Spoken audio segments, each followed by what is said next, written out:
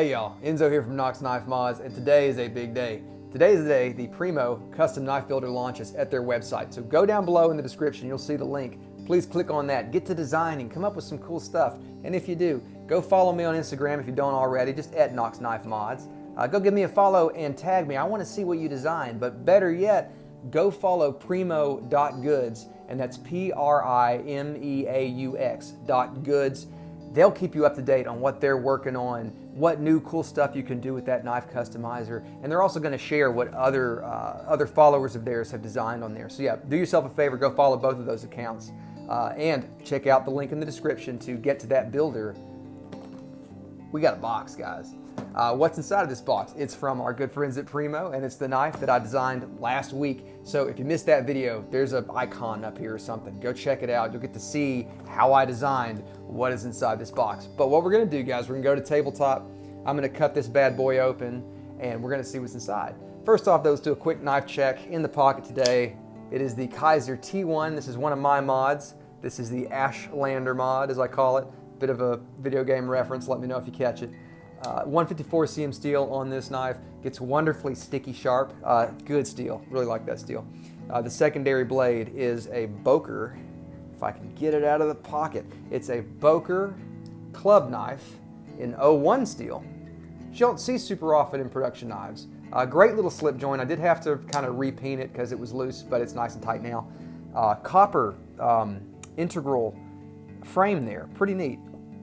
And lastly, it is a kind of an heirloom knife for me. This is the Remington Bullet Granddaddy Barlow, and it is patinaed up, guys. Have a look at that. So anyways, which one of these are going to use to cut this box open? I don't know. Let's go to tabletop and find out. I am ready. That's got to be the Ashlander. Let's get this thing cut open with the Ashlander. This thing is so nice and sticky sharp right now. Nothing better than cutting tape and getting into a hotly anticipated package.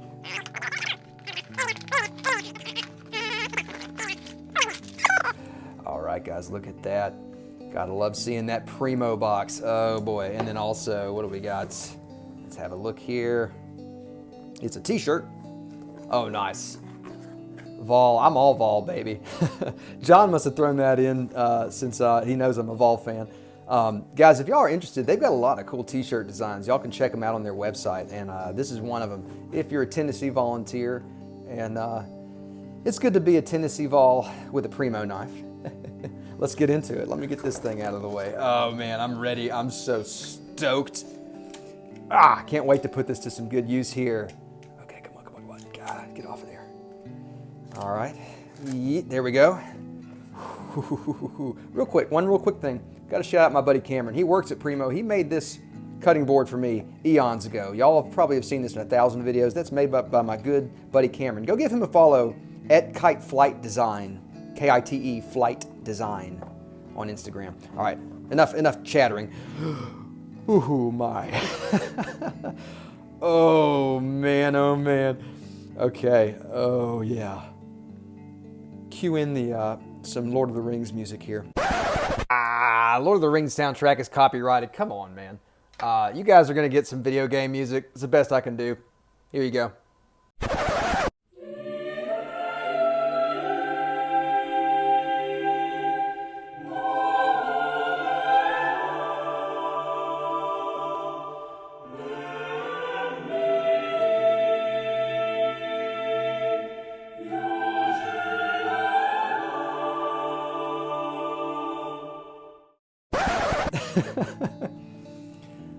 That is beautiful.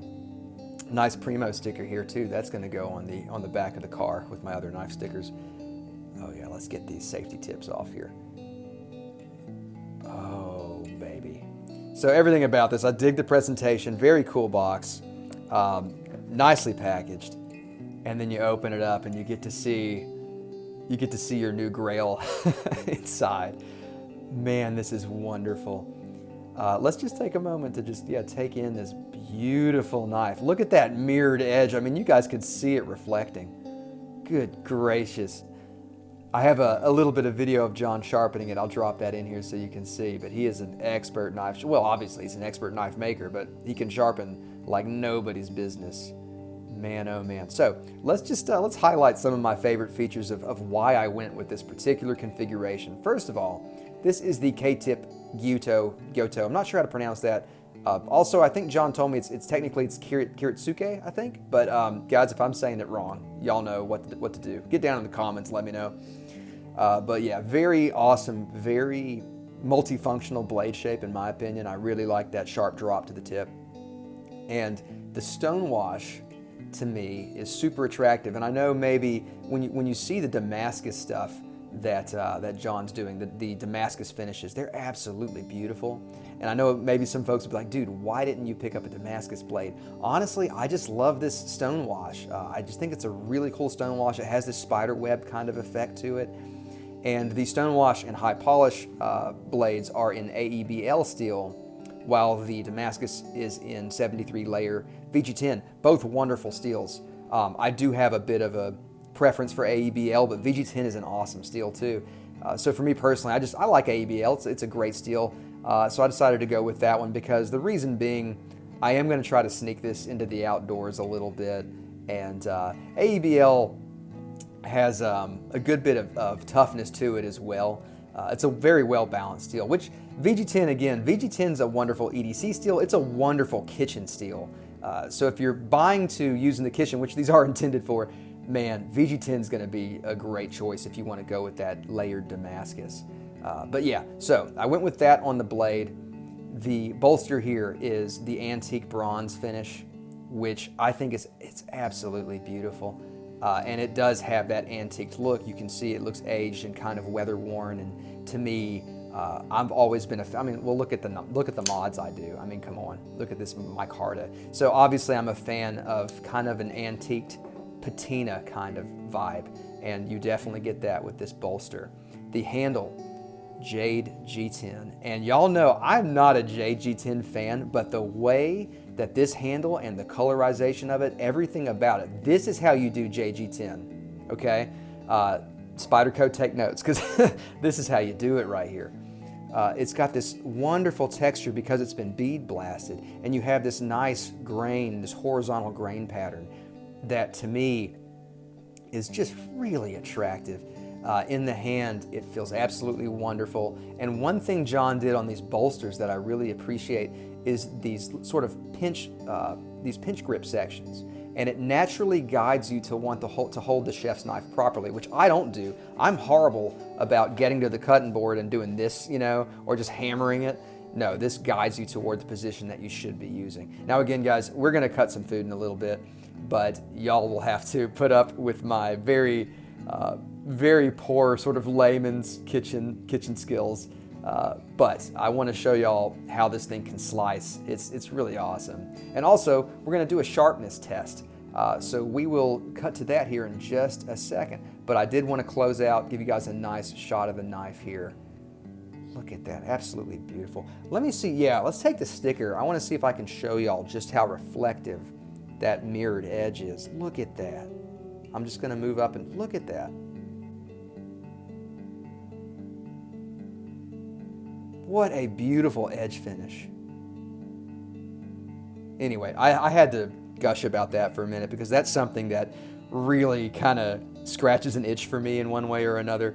Man, I'm so glad to finally own a John Phillips design. I've been wanting one for years and now I have one. So again, here's the Maker's Mark side. Actually, I believe they have a Maker's Mark on both sides, but I really dig that symbol with the hand. In some ways, it kind of looks like it does say Vol. You got the V, the O, and the L on the end. So I appreciate that. On this side too, we have their main logo, Primeaux Stainless USA. So again, AEBL stainless steel, VG10 stainless steel. As long as you care for these properly, which it doesn't take a whole lot. Just keep the blade clean. Don't let it just sit outside or something. It's going to be fine. It's going to be great. Another benefit of that stonewash, by the way, is that it hides wear very well because it's sort of been pre-worn. It's kind of like acid wash jeans or something where it's worn in now, and so if you hit it on something by accident, you bang it in the kitchen, it's going to hide that wear very, very well. And man, I'm over the moon. I'm so stoked. Okay, let's flip to this side. Let's drop that right there. Anything else I want to tell y'all about this blade that you don't already know? I think I've covered all the bases. But now, yeah, I urge you guys, please go down in the description, click that link, go design some of your own, let me know. But in any case, we're going to go ahead and we're going to get to the sharpness test. We're going to slice some stuff and we're going to do some food prep. Let's get to it, guys. So let's measure the absolute sharpness of this Primeaux knife. What we're going to use in order to do that is this Best PT50A sharpness tester. I'll give you a quick explanation on how this works. It's basically like a modified scale. And what we're going to do is we're going to place the tip of the knife in this fulcrum right here, and we're going to rock it until it breaks, or severs, I should say, until it severs this thread that you see in this piece here. The blade's going to pass through this channel. There is some give to that thread, and it's going to put pressure down on the thread. Now, the slower we roll, the more accurate the readout's going to be. Now, John has told me that the target area for a knife like this is in the 300 to 400 range, but you know, it could very well be sharper than that. Knowing John's edges, I kind of expect it to be a lower range than that. It's a really sharp edge, so we'll see just how much force it takes in order to sever that thread.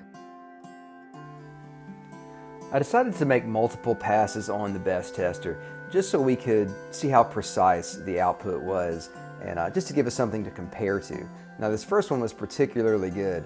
Our end result here was 200, which is well below the 300 to 400 range, indicating a greater degree of sharpness. So the lower the number, the sharper the knife is.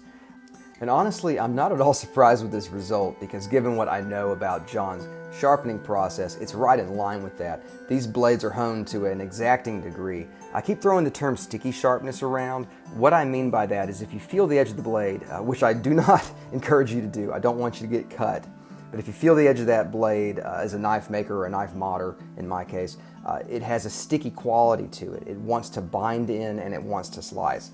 And that's the quality I see here. Our second result there was 262, a little bit higher, but still well below the area of 300 to 400. And our final result here is going to come in at a nice median point, 243. So overall, we see here everything in the 200 range, which is pretty excellent and indicates a great deal of sharpness. Now, these sharpness testing clips are all well and good, but let's get into some actual cutting and slicing. I'm just going to let the video speak for itself.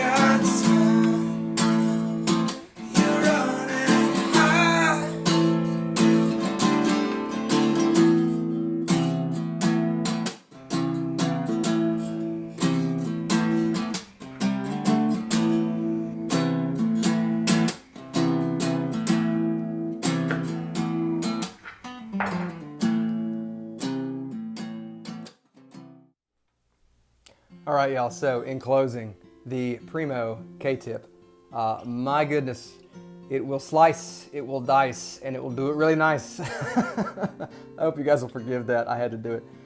No, this thing kind of blew me away, especially on those sharpness test readouts, which were, you know, I was really trying to get a consistent number, and I think I did. I mean, it was very firmly in that 200 range, which John was predicting between 300 and 400, but when I feel this edge, I'm like, man, it's a really sharp edge. So yeah, that result was definitely a little bit sharper than John predicted.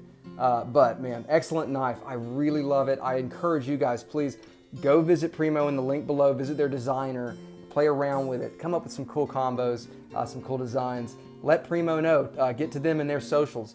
Let me know. Follow me in my socials. Let me know when you do a design. I'll repost it in my stories or whatever. You know, just let us know what you're making, because it's just such a cool tool to come up with your dream knife. By the way, when you do it, make sure you use hashtag #PrimeauxDreamKnife and let everybody know, you know, what you're coming up with.